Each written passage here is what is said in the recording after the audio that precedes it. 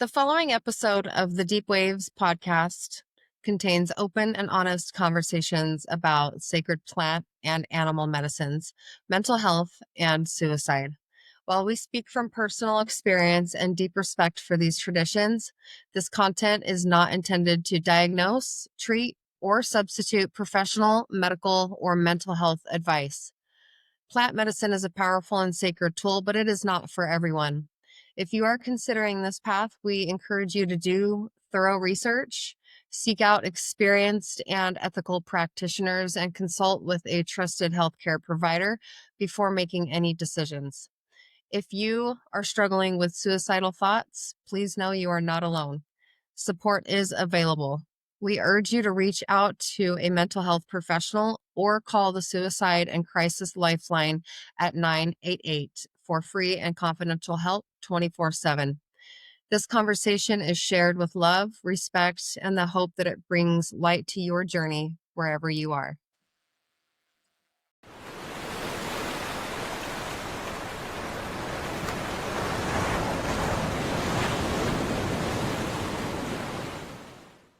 Hi, guys, and welcome back to Deep Waves Transformation. Today's guest is not just a healer, but a bridge between the ancient and the quantum.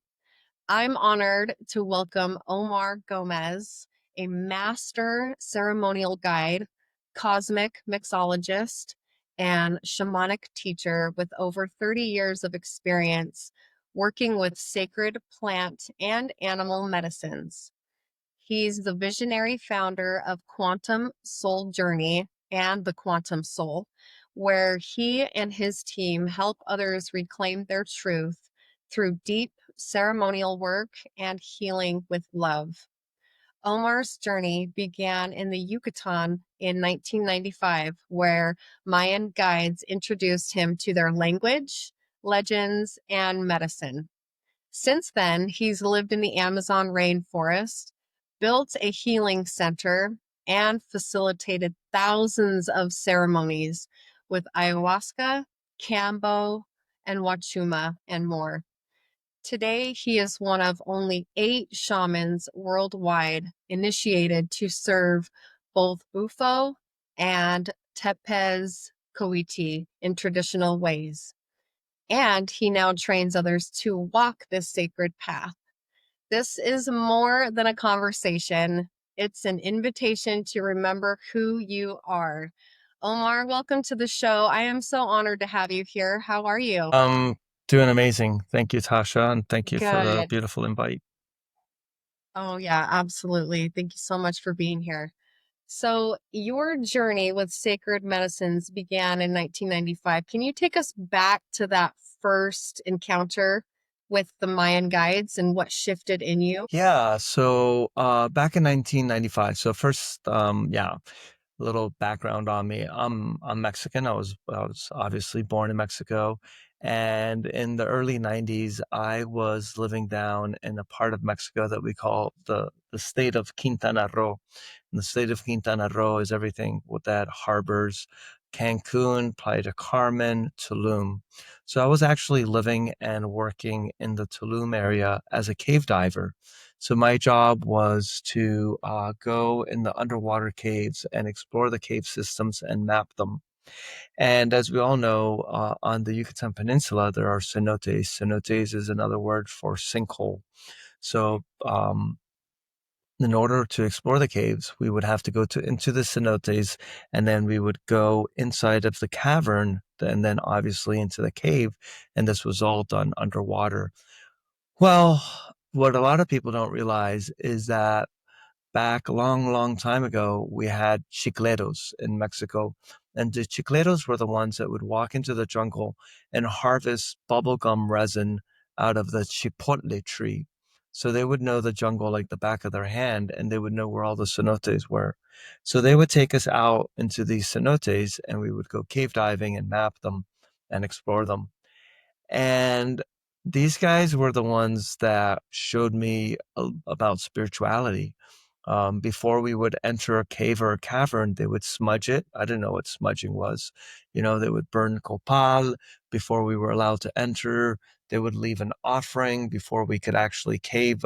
We could start our dive, or they would walk in with mapacho, or what they would just call tobacco, raw tobacco, unfiltered, not the Rica nicotina rustica. It's called nicotina rustica, not nicotina corapum.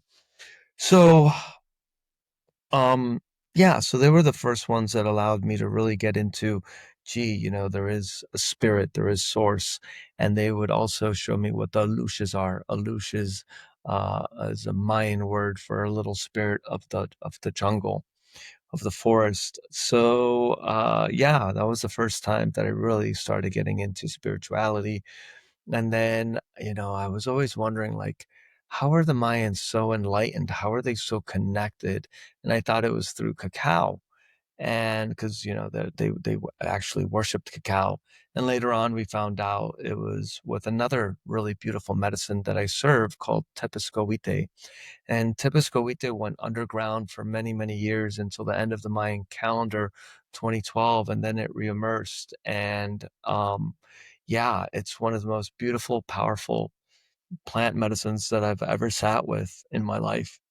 If I could say, if one plant medicine has a power to change the world, and a medicine that everybody can use, I would say Tepiscowite. Yeah. Wow. Okay, so we're going to get into those specific medicines, but first, what led you into wanting to begin a spiritual journey? Where did that come from? Um, that's a really interesting question. Where did that come from?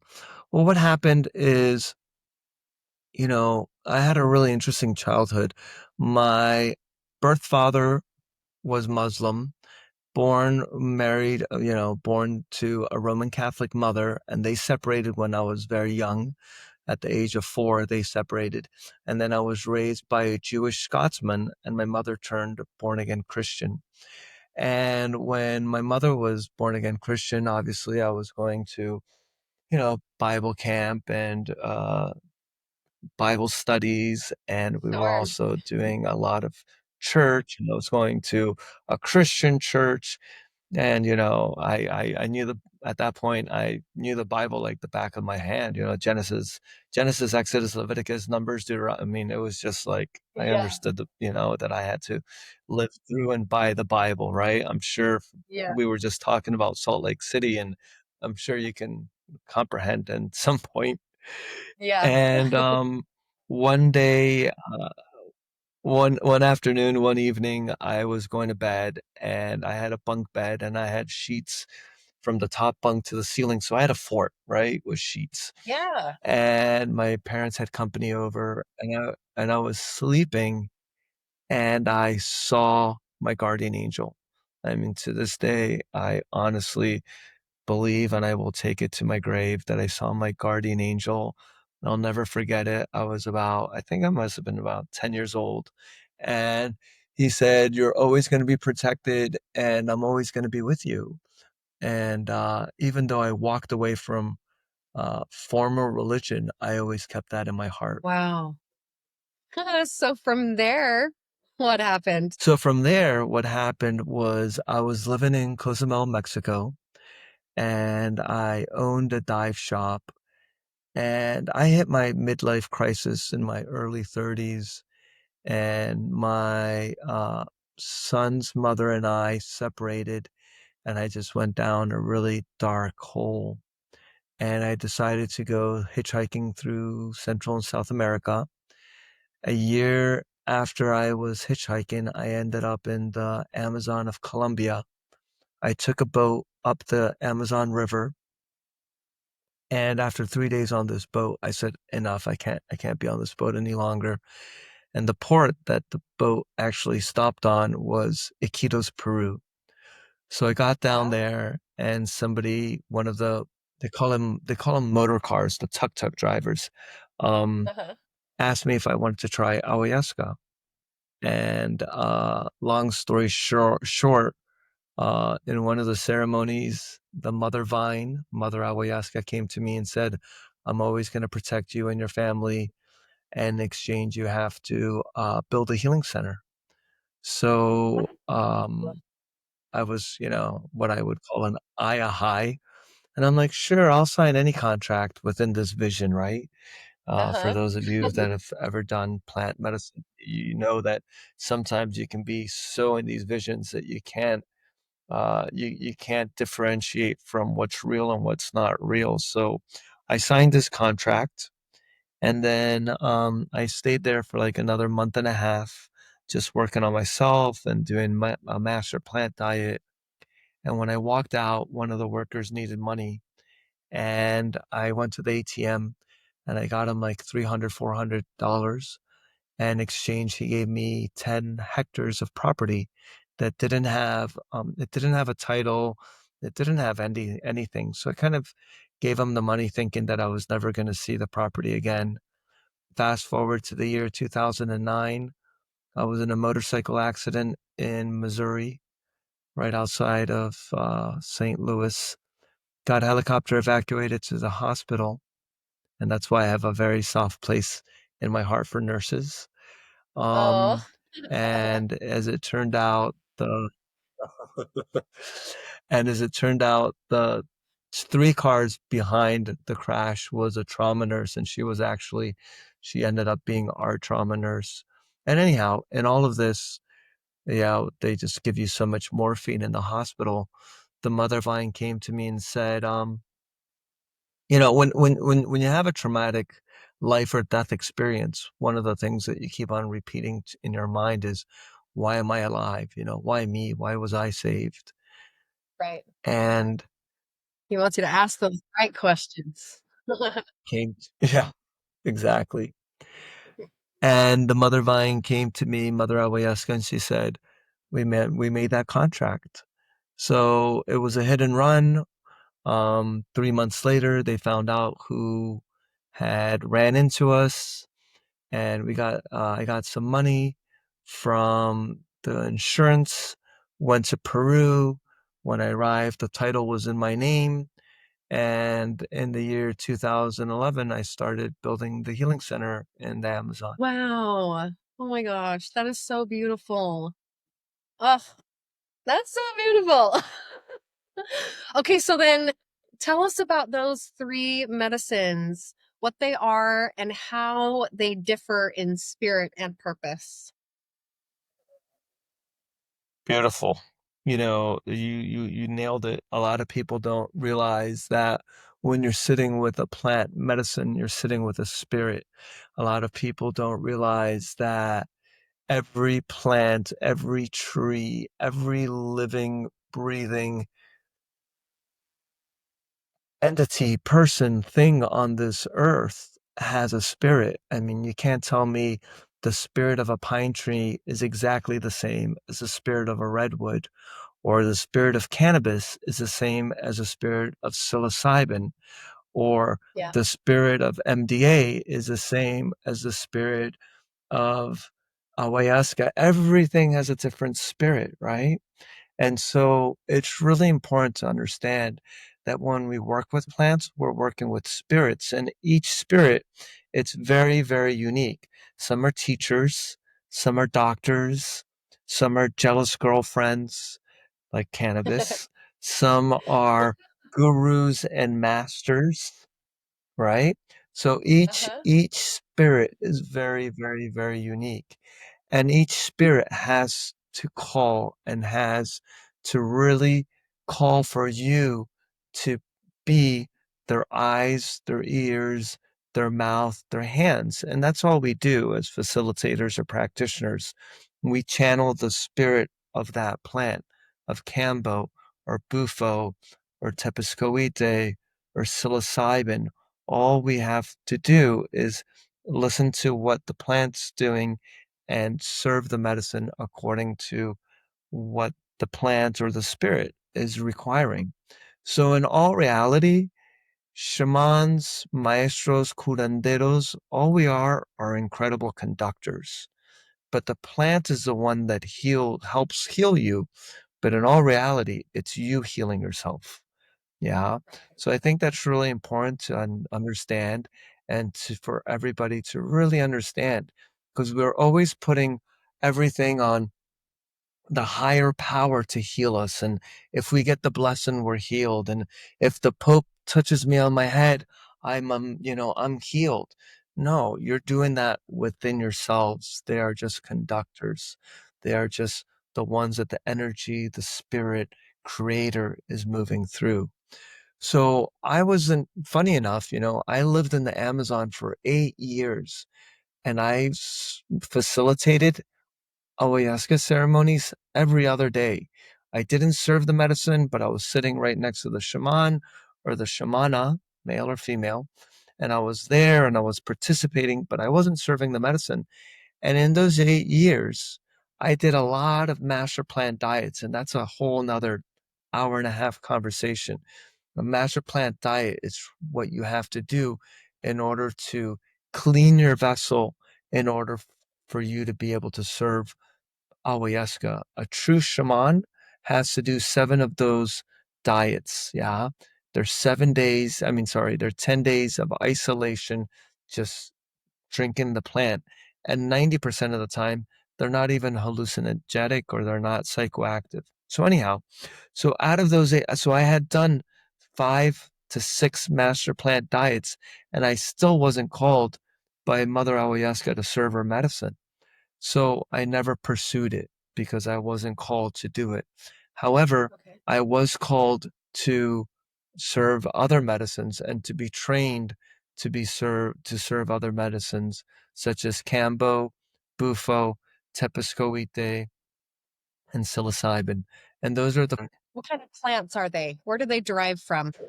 So let's start with the one that we all know, right? Psilocybin. As we know, psilocybin comes from earth. Some of it comes from cow poop, and it just comes in different. It's all around the world. Mycelium. Cambo comes from what we would call the Philomedusa bicolor frog, otherwise known as the giant monkey tree frog. And this little frog lives in the Amazon and lives up in the trees.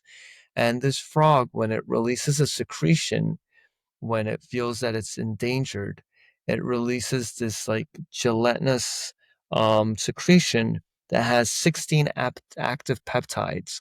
And this is not a psychoactive medicine. This medicine is really, yeah, for nurses and doctors and anybody in the medical um, uh, branch love this because it is one of the most deep detoxin medicines that is on earth. In fact, the Matses, and those are the forefathers of this medicine, they call it the vaccine of the jungle. And it's a very, very Oh, beautiful peptide cocktail. okay. And, all through COVID, I never took the vaccine. My son, we just did Cambo and we never got COVID and we were incredibly strong. So it is really, really powerful. You go through an intense, intense, intense purge, meaning you either vomit, north purge, or south purge, or you poop, or you do what I call the trifecta. You're on the toilet, pooping, crying, and vomiting all at the same time, probably sweating. It cleans every organ in your body. It's like taking your organs and squeezing all those toxins, the Doritos, the gummy bears, the Twinkies. It's taking all of that shit, the alcohol, the Yeah. pharmaceuticals, and it squeezes it out of your body. You know, I had this guy that I was training for. I did a non pro bono. And I wanted him, he worked with the SEALs, and I wanted him to, um, he was a SEAL himself, and I wanted him to be able to give this beautiful ceremony and this gift to SEALs. And he worked with explosives. And 3 days into his course, after eating nothing but fruits and vegetables a week before, and fruits and vegetables for 3 to 4 days while I was with him, he vomited black tar. Like that was, I mean, we have pictures of it, and that's Oh what was my coming out of God. his body. Exactly. It Wow. It cleanses your body to no degree. It's only 20 minutes. The process is only it's the most intense 20 minutes of your life, but it's 20 minutes and then afterwards you feel 100% incredible. So I learned how to serve Kambo from the Matses. The first 6 months that I was building the healing center, I hired a guardian to take care of the property at night that was Matse, and he was an elder Matse. And one day, I was trying to get to friend him and become friends with him. And I told him, I said, Don Elias, I said, I want to know more about your culture. I want to know more about the Matses. And he said, well, if you want to understand my culture, if you want to understand the Matses, you have to try my medicine. And I had no idea what I was getting into because he spoke very broken Spanish, between his Yeah. mother tongue Matse and Spanish. And holy smokes! Man, that was so powerful. But I never got a cold. I never got sniffles. I never got sick for 2 years afterwards. So, and to Oh this my day, I don't get gosh. sick because I sit with Cambo so much. Yeah. Wow. And then I went out, we rented a military airplane. I went out to his community. I studied, and the elders passed me the lineage on how to not only sit, but also not only administer, but they also asked me to teach people the traditional way of serving the matse style of kambo. So I started teaching people how to serve kambo. Um, Bufo was in Mexico many, many, many years ago before it became a big thing. I was on a motorcycle trip and I ended up and this beautiful part of Mexico, and I went to Isla Tiburones and I sat with Cambo out there, and like I said, I'm native Mexican, so it was very easy for me to get along with the indigenous people out there, and they passed me the lineage on how to serve this medicine before it got popular, before Mike Tyson knew about it, before Doctor anybody knew about it. They taught me how to serve this medicine in a very traditional manner. Now it's more commercial, and you hear Bufo this and Bufo that. But at the beginning, I didn't serve the medicine because I considered it too powerful. It is the most powerful DMT on this planet. And so, any medicine that is an incredibly strong psychoactive substance, I would always, everybody's like, oh, I'm going to go and sit with this shaman. I'm going to do this medicine, and I'm like, okay, how well do you know them? Oh, a friend of mine told me that they were great. I said, Yeah. for me to send my wife with somebody, I want to know what their blood type is. I want to know everything because it's so important that we know who we are putting our inner child in the hands of. And what happens is that your crown chakra opens up the size of a satellite dish. And is this person able to filter or to control what's going in, important, and what's coming out so other people don't pick it up, important, right? So Right. so yeah, you have to be very, very careful. So Bufo, yeah, Bufo's a tough one. And I mean, I won't serve that medicine unless you've sat in, a Tepescoite ceremony with me or a psilocybin ceremony. And unless I get to know you personally, I won't serve you that medicine because it's so powerful. So bufo comes from it's called Bufo olivaris, the name of the toad, and it has these glands. And if you squeeze them, this pus comes out. And if you put it on a glass and dry it, it turns into like a really thin cornflake. I guess that's the best way I can describe it.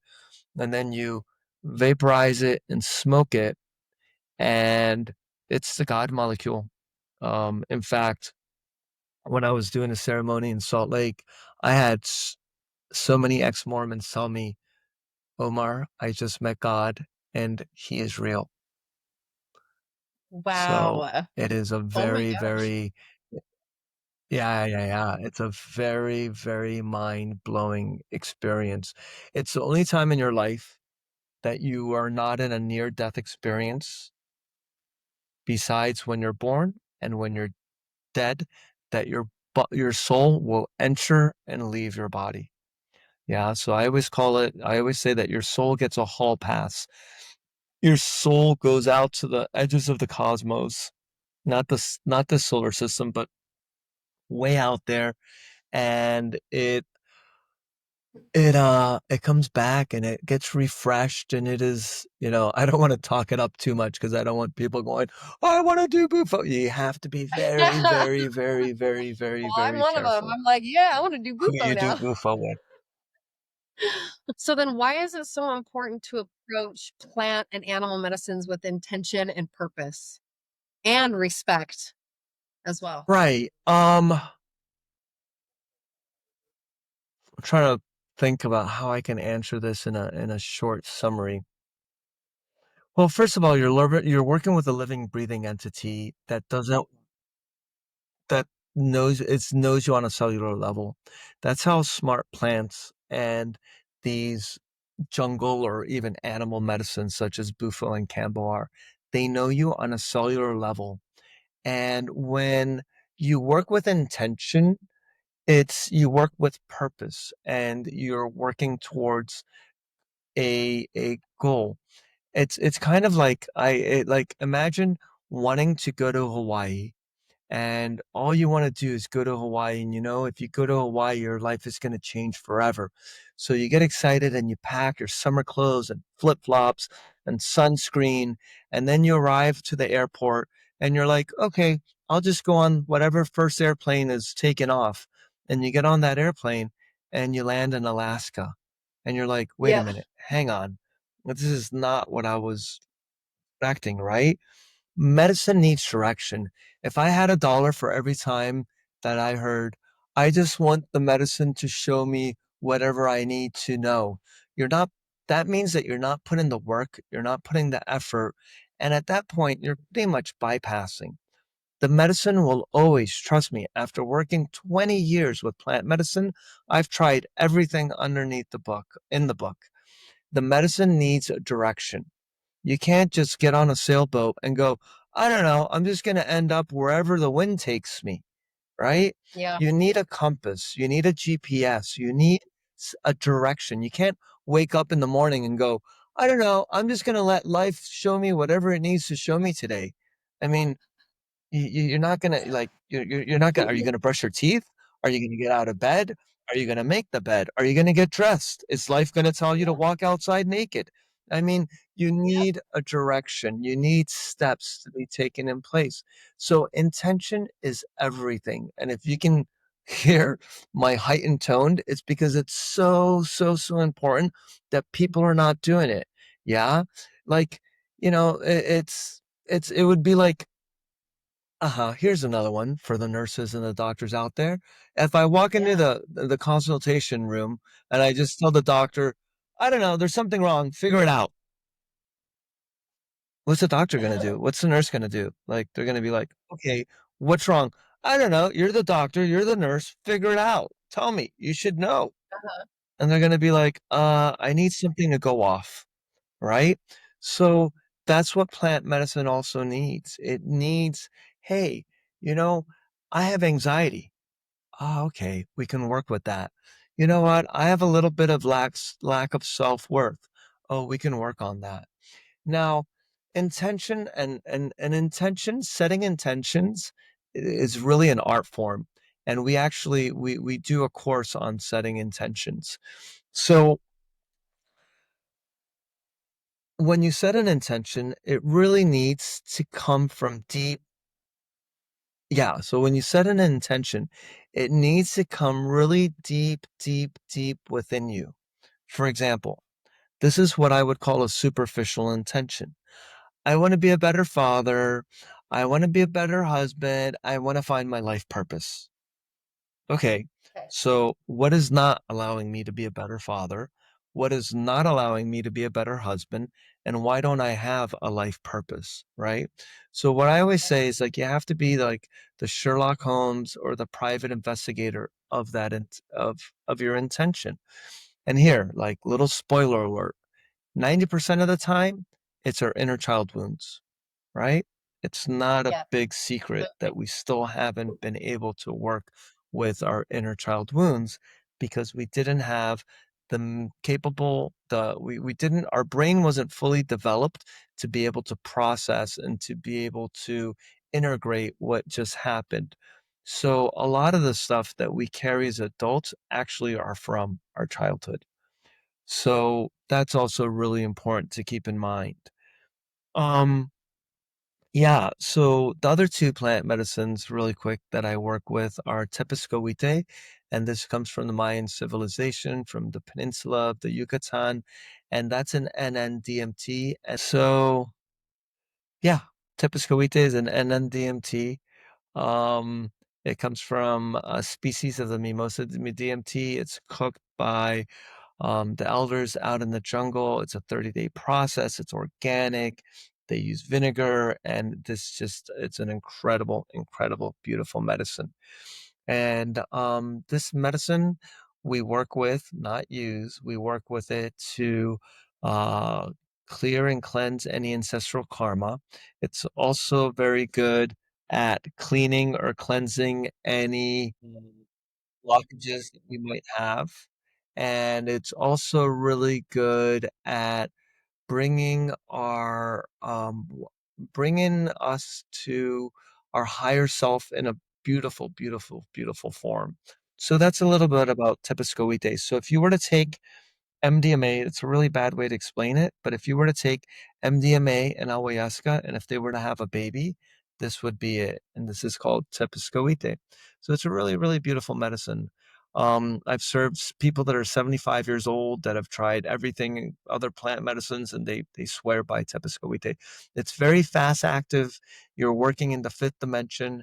The healing, and especially if you're doing a really powerful intention setting, it just happens. All your healing comes very quickly without you even noticing it, and it's what we would call a non-ordeal medicine. So, Tasha, another thing that people should know is that plant medicines and even jungle medicines, animal medicines, they fall into four categories. It's either old or young, right? Right? Like male, female, grandmother, grandfather, or young, like cannabis. Cannabis is a very young spirit. And then ordeal, non-ordeal. Ordeal usually means that you have a bucket and you're going to be leaning over the bucket for a long time, purging into the bucket. Right. And then you have diurnal, nocturnal. Yeah. Some plant medicines are only served during the day, such as Wachuma, otherwise known as San Pedro.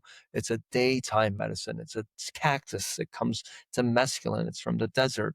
Other ones are ayahuasca, only to be served at night, right? Psilocybin can be done day and night.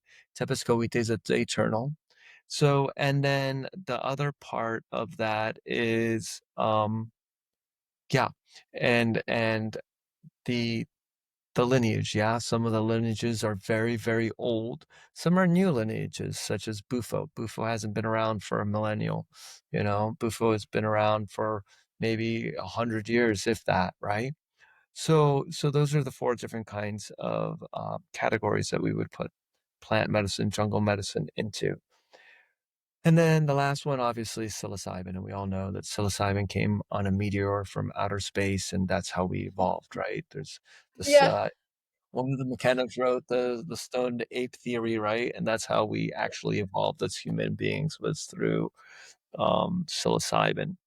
And so, yeah, so I've traveled around the earth, working with shamans and, everywhere from, Colombia to Europe to all the Americas, Peru, Bolivia, Mexico, and everywhere in between. And for most part, I was always able to speak their language. And what I did was I was able to compile all their wisdom and all their information. And we just wrote a book, and it's called The Seven Pillars of Ceremony. Meaning, if you hit these seven pillars, you're going to have a really beautiful, very transformative, very deeply spiritual ceremony. Yeah. So I believe our team later is going to give you the link so that you guys will be able to find this booklet that we wrote, which is the seven pillars of ceremony. Ooh, that sounds amazing. Okay, so then what is the quantum soul and how is it different from other plant medicine spaces? So the quantum soul, I mean, the quantum soul is basically 20 years of my experience, and other people's experience too. And what people don't realize is that life is a ceremony, right? We just maybe aren't dressed in whites all the time, but life is ceremony and life should be treated as ceremony. And that's what we are doing with the quantum soul. The quantum soul is a collective group of people that we're just helping each other heal through community, through education, through culture, lineage, and tradition. Okay, perfect. Thank you so much for sharing all of your wisdom and your knowledge, first of all, before we continue. So, then there are many people offering medicine today. How can someone discern if a guide or space is truly safe and authentic? Wow. The question, that's a great, beautiful, and thank you for asking that question because that's really, really important question. So Yeah. this is what I always tell my friends, relatives, and, whoever asks me. When you're about to go, first of all, what happens is that another thing that I tell my students is that when people come to you to do plant medicine, they're usually at the end of the road, right? They've Okay. tried, they've tried therapy, they've tried pharmaceuticals, they've tried somatic, right? They've tried cranial sacral, they've tried going to the ashram, they've done their meditations, right? Nobody wakes up on, a Sunday morning going, you know what? I want to do Cambo and go through the hardest experience of my life and vomit and shit and purge all at the same time and possibly floor myself because I've got nothing else to do and my life is great. So that's what I'm going to do today. Right? Yeah, no. Nobody does that, especially with the amount of YouTube videos that are out there. Nobody goes, "Oh, that sounds fun." Yeah, Right? no. So what people are at their end of the line, they're like, "I'm desperate." And sometimes when we become desperate, we don't use the best judgment. And we're like, okay, I don't care. I just need to do that. I just need this. I need this. I need this. Yeah. Instead of really researching it. So, as I was saying before, what I tell relatives, friends, students, and everybody else in between is what are the questions that you would ask a babysitter if you were to have a 2-month child and were to leave that 2-month child in somebody's care, Nice. Okay. right? Like, where did Yeah. you train? Who did you Yeah. train What are with? your How long have you qualifications? been, right? How long have you been doing this? Why are you doing this? What's the worst experience that you've ever had doing this? What's the best experience you've ever had doing this? Yeah. What makes you think that you're able to do this? Why did you get into, how long did you spend in, wherever you trained? Did you speak the language? Are you able to speak Spanish? If I Yeah. speak Russian and I go down to the jungle and I want to train to serve Wayesca, I'm telling you, a little translation book isn't going to do it. It's not going to do Yeah. it. No. Right. So then So, why is so that so important? Because you would probably know what the risks of working with someone who isn't properly trained or connected to lineage, correct? What are some of those risks that you've seen? number one, being overdosed.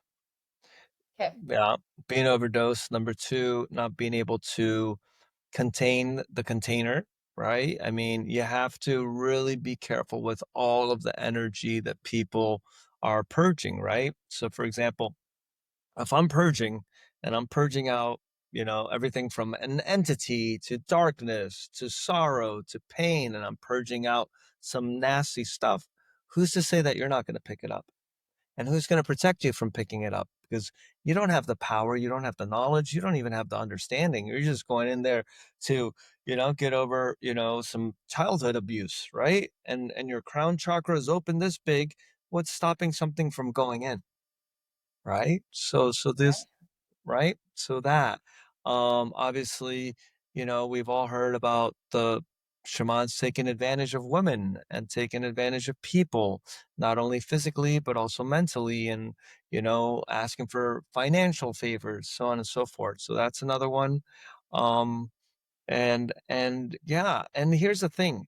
If they don't have a really beautiful connection with that plant and they're working through ego, then that's Oh, also going to really change everything, right? There's two yeah. kinds of shamans, there's two kinds of curanderos, there's two kinds of maestros, there's two kinds of healers in this world. They're the kind that are healing other people, thinking through, if they can be a part of somebody's healing, they are healing themselves. And there's the kind that does their own healing first and foremost, so only then Yes. they can be a vessel for other people's healing. Yes, exactly. That's the point. That's what I'm into. Yeah, exactly, right? I mean, it's like you gotta be you gotta be the product of the you gotta be you gotta be the result of the product. Or did I Sure. say that? The product of the result. Yeah, you have to be, I can't go through all this and still be out there with, I had to have gone through all of my healing, and there's more to come. There's always more, Way more. Yep. right? Same thing with you. I mean, if you wouldn't have done so much personal work, you wouldn't be able to be doing this, right? This is There's not no a way in hell. right. This is not a fake it till you make it scene, No. you know. And you have to be genuine. And here's the thing, a lot of people aren't genuine. A lot of people come out of these beautiful experiences and yes, they have the right heart, just they haven't really thought it. They come out of this journey and they're like, "Oh, I want to bring this to the world and I want to heal the world." And I'm like, "Well, hang on. This is your third ceremony.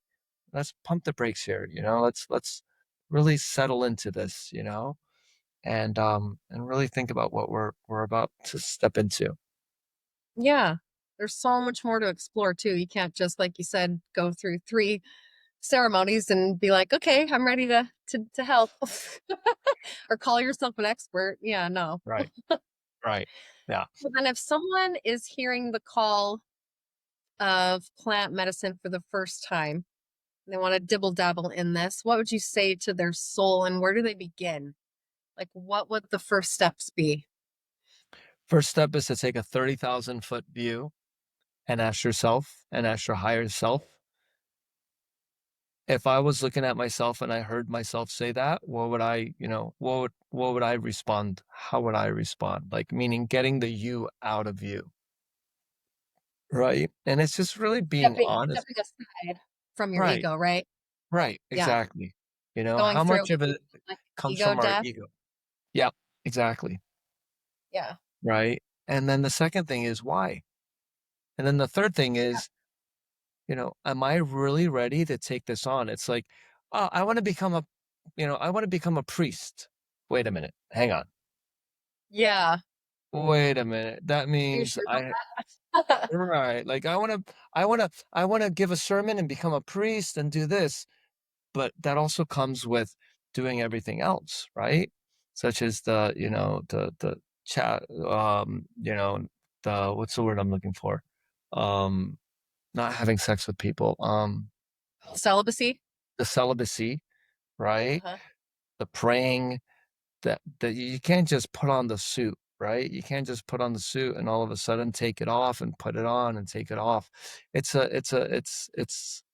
lifestyle that you really are gonna do.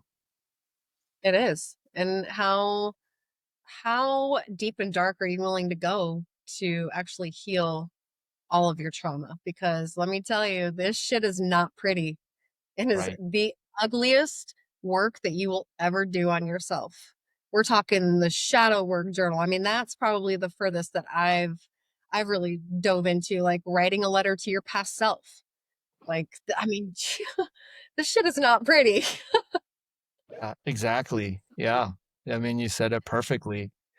And here's another thing that people have to realize, you can't take somewhere where you've never been. Exactly. And that's where I think therapy and like life coaching in general mixed with my nursing background. I think that that's where that differs, is because they're so by the book. They are really there to just listen. It's more like talk therapy versus you're actually sharing stories back and forth, and we're healing each other through each other's stories. I mean, that's my motto. That's my point, is to give you my story so you can use it as your survival guide one day, and hopefully Mm. that goes on through your kids and your grandkids. And so, so yeah, I mean, this is not for the weak at all. So if you're weak, just continue going down the path that you're on. But yeah, this is definitely not for the weak or for the clean, because it is very Right. ugly. And another thing that I like, so we're probably a third into, I just got back from MAPS, which was the scientific psychedelic science convention in Boulder. And it was really beautiful to see so many therapists and so many scientists and so many professors out there looking at psychedelics. So I would say that we are probably a third into this psychedelic revival, the psychedelic renaissance. And any plant medicine, when done really, really well with a very good guide and a shaman that's been doing this for a long time and has been doing it for the right reasons, is the Autobahn of healing. Honestly, there is nothing faster and more direct than plant medicine. Yeah, five ceremonies can be equivalent to 20 years of therapy. And therapists, and I work with a lot of therapists. I train a lot of psychiatrists. I train a lot of um, psych, psychiatrists. And when you mix both, when you have the therapy and the psychedelics, it is a win-win-win combination. It's not that therapists aren't good, it's that they haven't had the tools. They don't, it's not humanly possible to have the tools to go in as deep as a psychoactive compound can go, right? And when you work with MDMA, or when you work with ketamine with a therapist, or you work with psilocybin and a therapist, it is the Autobahn. It's the German Autobahn of healing, right? Yeah. Right. However, yeah, I always like to call it the Mexican Autobahn because there are bumps. You're saying you are going to get dirty. There are potholes. There are no guardrails. So also we have to understand that, right? That plant medicine isn't, love and light and everything is beautiful and you are one and I am one and let's drink kombucha in the yurt. No, it's Mhm. it's tough, right? It's tough, and there's a lot of things that we don't want to look at, and we have to go into that shadow side, as you mentioned so well. And we have to really, say, hey, I did this, and I have to claim it. And I hurt that person, and that was my fault. And, so on and so forth. Yeah. So we have to also look at all of that. Yeah, absolutely. So, can I share I was telling you earlier a little bit about my MDMA journey, and this will actually be my first time speaking about it live. So, I feel like you're the appropriate person to talk to about this. So, um, Drum roll. drum roll. Okay, so I got hooked up with an amazing psychedelic facilitator. Her name is Sylvia Salcido, and this was all prescribed from a doctor, everything. She mailed me the MDMA capsules, and there were three 60 milligram capsules, along with some magnesium and some zinc. And so it was a 5 hour Zoom meeting. Like, she was live with me, and then I had my boyfriend on the side. So I knew that I was in a safe space. And so I took one 30 minutes prior to us meeting and going live. And so I did that. And then we started our beautiful talk therapy. And she is literally getting everything out of me. And I'm like, oh my God, like this is starting to get real beautiful. Like, I've never heard these kind of questions, like calling in the mothers of the north and the fathers of the south. I mean, it was just beautiful. And then she's like, okay, I think you're ready to take the second one.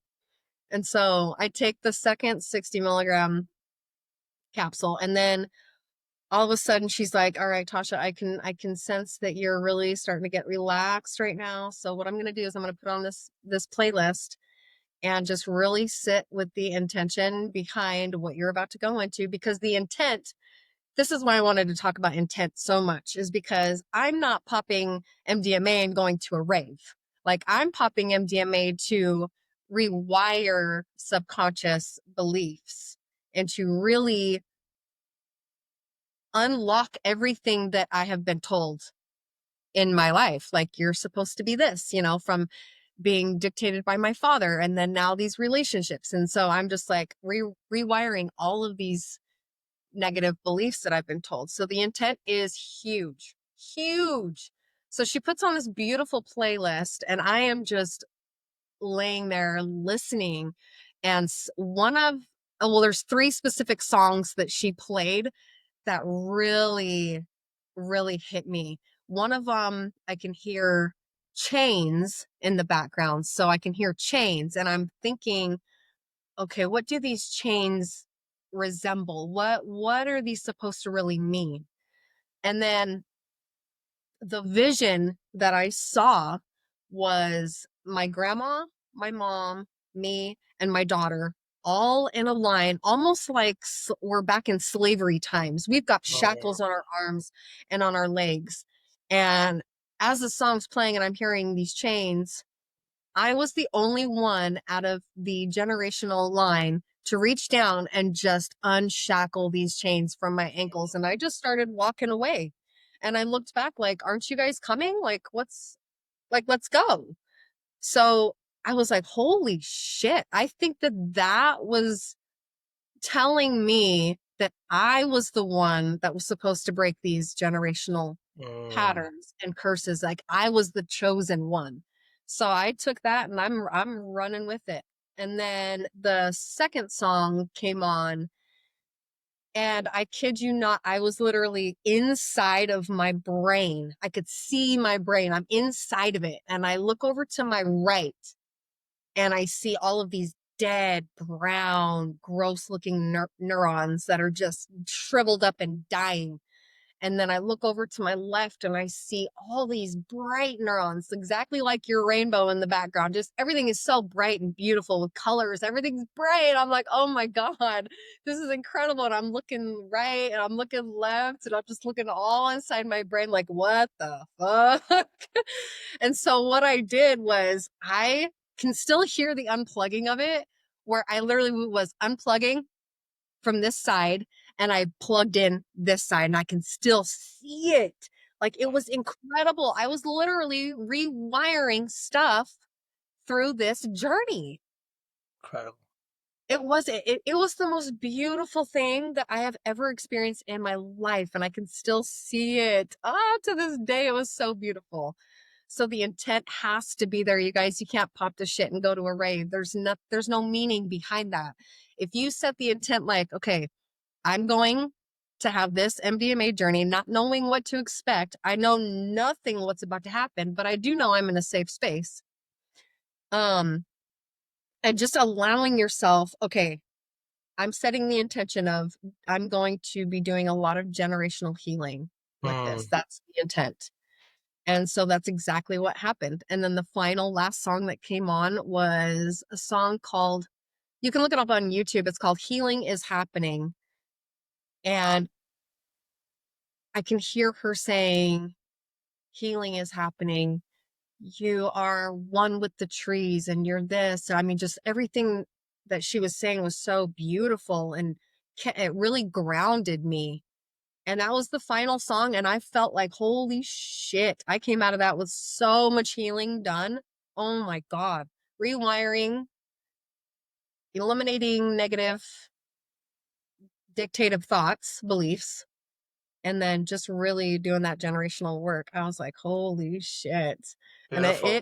so, but then my question was, for the next like week, Like the only thing she really told me to do was to just really get some rest and to just sit with it. And I didn't know what that meant. Okay, so am I just in bed like sleeping this off, or what do you mean by rest?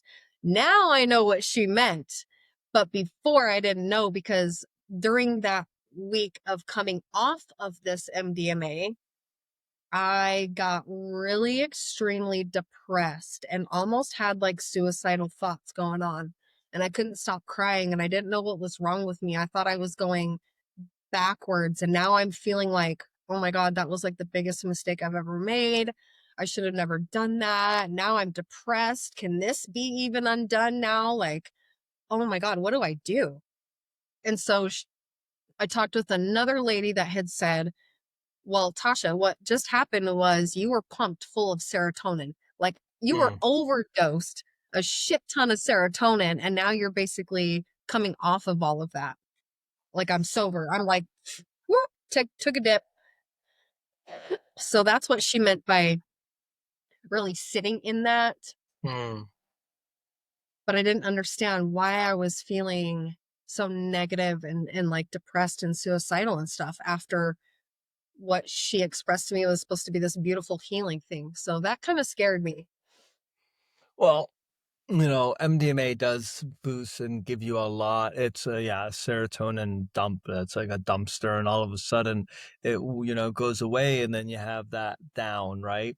I believe there's something else that you can take called yeah, it's called 5-HTP or Hey, something like that. yeah, Something I had those pills too, and still. so yeah, and this is where we go into the integration, right? And that's is like so the seven steps of ceremony really quickly are set, and we in the booklet we go through them really, really well, detailed, and we explain them really, really well. So set, setting, intention, grounding, gratitude, energetical hygiene, and then we get into integration. Integration is everything, right? So if we were to look at your healing journey like an iceberg floating in the ocean, right? The whole healing journey is this massive iceberg floating in the journey, floating in the ocean. Your ceremony is above the water. That's the your ceremony is the only part that's floating above the water. Everything else is the integration. The bottom part, what's holding everything up is the integration. So I've come up with this integration triangle that's really, really important. It's called the knowing, doing, being, right? So once you, because my mind always works in triangles and threes. So knowing, doing, being, right? So the knowing, you received all that information during your ceremony about the shackles, about you know how to how to how to take one neuron and plug it into the happy side and rewiring things, right? So that's the Yeah. knowing. So we go from the knowing to the doing. So how do we do that, right? Outside of ceremony, right? Well, maybe I'm going to meditate. I'm going to meditate more. I'm going to change my diet. I'm going to start fasting. And then the being is when you actually embody everything and you're not, it becomes a habit to meditate. It becomes a habit to, eat as healthy as possible. It becomes a habit to work out. It becomes a habit to really, would do things to break that generational car karma, right? Like such as talking to your parents or talking to the little, children in your family, saying, "Hey, telling them words of appreciation or words that are, helping them. A lot of people that are, from minorities, we never grew up with like, hey, you're amazing, you're incredible, you're more powerful than anybody else. You're always taught like, oh, look at them and now look at us, right? It was always that very distinct sides. So yeah, so the knowing, doing, being is really important, and the integration will help. And most of the time, what you need is called an integration coach, and they are people that walk you through the integration process because this is really where the change happens. Everybody thinks like, oh, massive change in the ceremony. Sure, you're able to release a lot and you're able to connect the dots a lot. But then to actually cement it into place, you need to do the integration. And now there's a lot of Yeah, because integration I was totally coaches. confused. Like, where do I go from here? Right. Yeah, Yeah, and that's the okay. next part. So the next part is like doing the integration. There's coaches that can help you do that, and there's a lot of specialists that work with integration. Perfect. Awesome. Good to know. Thank you. Yeah, yeah, yeah, yeah. But yeah, Absolutely. I just wanted to share that with you Thank you and for see. sharing that. That was really special. I know it, yeah, good. I know it takes courage and well done because it's not easy talking about your personal experiences because when you have these personal experiences, it's really it's really hard unless somebody's gone through it and really sat with plant medicine and has gone through something as powerful and deep. It's hard for them to really understand how deep the process can be and how powerful the process can be. And to share that and to have that vulnerability is beautiful. Yeah, thank you. And I have learned that my vulnerability is now my superpower. So It is. I am That's so grateful good. for that. Right. Well, Omar, thank you so much for being a part of this beautiful healing community that I have built. I love that you are now part of the Deep Waves family. So thank you so much for being here and sharing your story Thank you for having and me on helping here. so many others. Like, really, genuinely, thank you so very much for all the work that you've done, put into your own self. And now look what you're building based off of that. Um, It's beautiful. yeah, thank you. Absolutely. Well, Omar reminded us that true healing is not just about the medicine, it's about the intention, the integrity, and the deep remembrance of who we really are. Whether you're curious about plant medicine, seeking your next layer of healing, or feeling called to serve others on their journey, this episode was a sacred invitation to come home to your soul. If Omar's wisdom spoke to you, be sure to check out the Quantum Soul Journey for upcoming ceremonies, courses, and transformational experiences. As always, thank you for listening to the Deep Waves Transformation Podcast, where we rise, remember, and reclaim every piece of our truth. Until next time, stay grounded, stay open, and keep walking your path with love. Thank you so much, Omar. Have a great day, everybody. Take care. Thank you. For more information on where to find me, please visit deepwavescoaching.com and on my Facebook and Instagram page at Deep Waves Life Coaching. If you feel called to learn more about sacred plant and animal medicines, or to walk a healing path with intention, integrity, and ancient wisdom, feel free to reach out to Omar and the Quantum Soul team at Omar at quantumsouljourney.love or his website at quantumsouljourney.love. Make sure to check out the upcoming Journey Days and Quantum Soul Academy offerings that are offered. Thanks so much for watching.